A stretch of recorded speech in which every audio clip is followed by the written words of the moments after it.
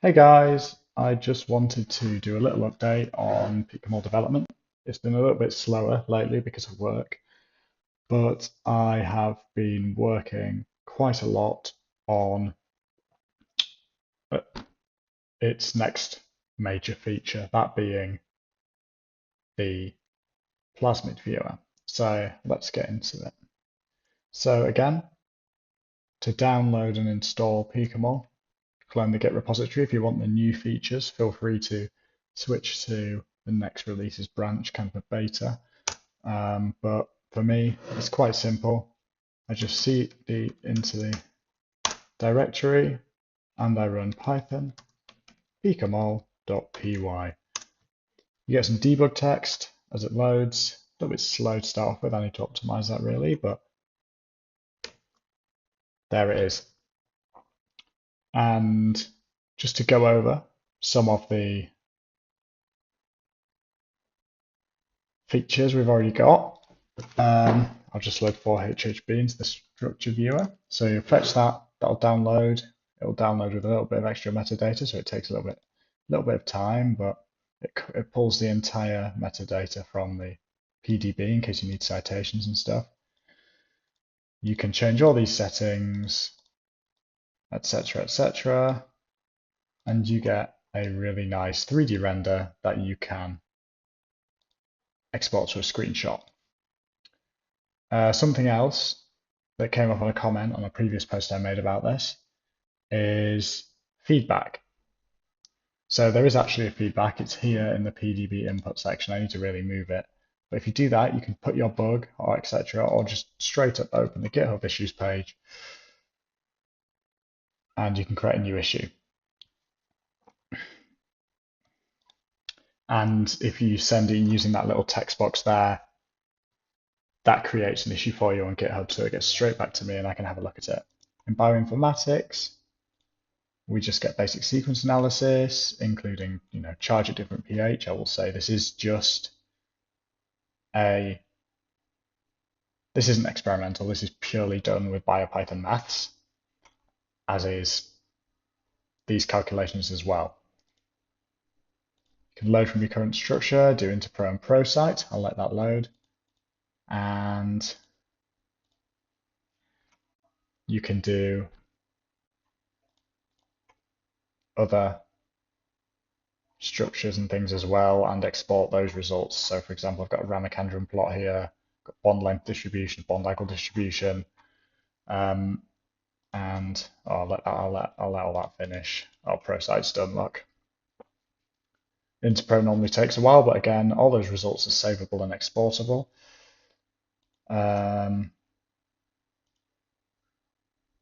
Blast, for example.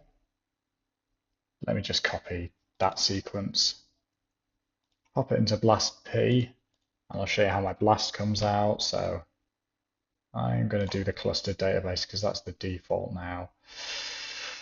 Do quick, and I'm not too fussed about. I'll just let that run. That submits it, and it pulls it down from the NCBI. So this is more of a front end as opposed to say what Blast Plus is, which is where you host your own databases. This is purely using the cloud-based solutions. But here is the new feature. I'd say that in all its glory, but it's nowhere near finished yet. I just wanted to update people on how it was going. So I'm going to load up here one of the plasmids I have downloaded. So you get a nice little structure here that you can do. You have a circular or a linear view. I will say my text formatting is not amazing at the moment. Yeah, let's put it that way. And this is to scale, if that means anything to any of you. But the circle view, as you can see, I need to make a way to make this bigger, but it has arrows for each direction, and each of these little arrows here is a restriction site. Now, the restriction sites look a lot better when you go to the sequence view. You can turn on the complementary, change the basis per line, which does not affect the translation. And you can add enzymes there. So XPA1, for example, you've got that TCTAG, and it cuts there where it starts and there where it ends. Same with these ones, and these highlights are in that sequence map. The colored pieces here, they correspond, each color corresponds to each piece of the plasmid. Now, as I'm saying, this is still very early days. I am nowhere near finishing this yet. I've got a lot of graphical work to do. As you can see, there's lots of overlay. I've got performance to improve. I've got actual accuracy to test, because really for me at the moment, this is just getting it to render correctly, which is why it's taking a really long time for me to get this update out. It gives you lists of restriction enzymes, current positions, or where you are in the current position. You click on it, tells you where you are. So say you want to come to the start of that SMA1. There's a glycine residue there at 3199. And you can see that that corresponds to the only SMA1 there. Now, when you have multiple restriction sites for the same restriction enzyme, this is a really useful feature because it allows you to isolate which one it is corresponding from position 0 on the plasmid. As we move to analysis, you just analyze your restriction sites, pulls it up as a nice text. You can just copy that, paste it into your editor of choice. Cloning tools and enhanced tools. Now, this is something I am really trying to work on. So the first thing I've got going here is a virtual gel digest for all the different, so let me pull that up to a new window, for all the different combinations. Now, as you can see, you can't tell which combination is which because all the text is everywhere. Now, this is my coding ability more than anything else. My coding ability is horrendous. It's got different label styles, not that that makes a damn bit of difference at the moment. Fragment labels and stuff, I just need to really sort all this out, but it's a work in progress and it's counting at least the correct number of combinations, so that's a start for me. Now, when I go back to here, you can see we've got advanced analysis, right? So this is a set of quite interesting tools. So we've got open reading frames here. It tells you how many there are, forward strand, reverse strand, and average length, start codons and stop codons. Now, if you have alternative stop codons or start codons, you can add them in there to help find your gene. Primer design, I'm just going to do the default settings, primer length, etc., etc. You want the GC clamp and avoiding nucleotide runs and stuff. Design your primers. Bosh.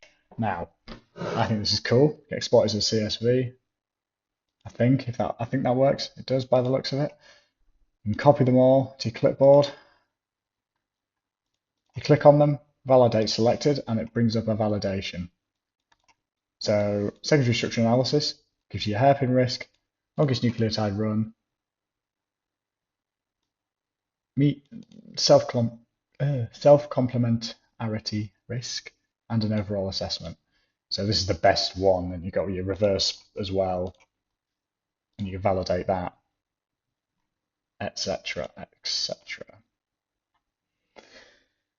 Sequence comparison, that's just global alignment, but I'm planning on doing a better implementation of that later, so I'm going to depreciate that feature in the future. You can do assemblies, so go and get assembly, select my destination vector, see if I can pop it in there. Oh, that would work. Add a fragment, going to add this new one as a fragment there. We'll continue. It's only got one site, but I'm sure it'll be fine. And just as an example, basically in the sequence map now, you have a massive vector. I've just put two plasmids together to show that as an example. So my plasmid viewer, while at the moment not amazing, is coming along quite nicely, I think. As you can see, the blast results are back. And that's how they're displayed. And they've got all your information there, etc. And oh look, Interpro's finished as well. So that's all that there. So I just wanted to give a quick overview of how the plasmid viewer works. And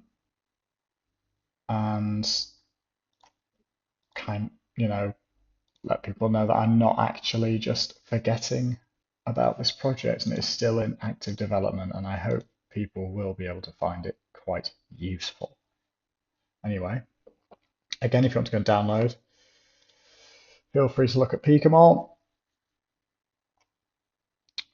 Feature next release is where the current build is. I wouldn't recommend using the plasmid viewer for anything particularly scientific or important at the moment. Really just a tool to mess around with until I actually finish the damn thing. But yes, it is on its way, and I shall update when I have further news. Thank you very much, guys.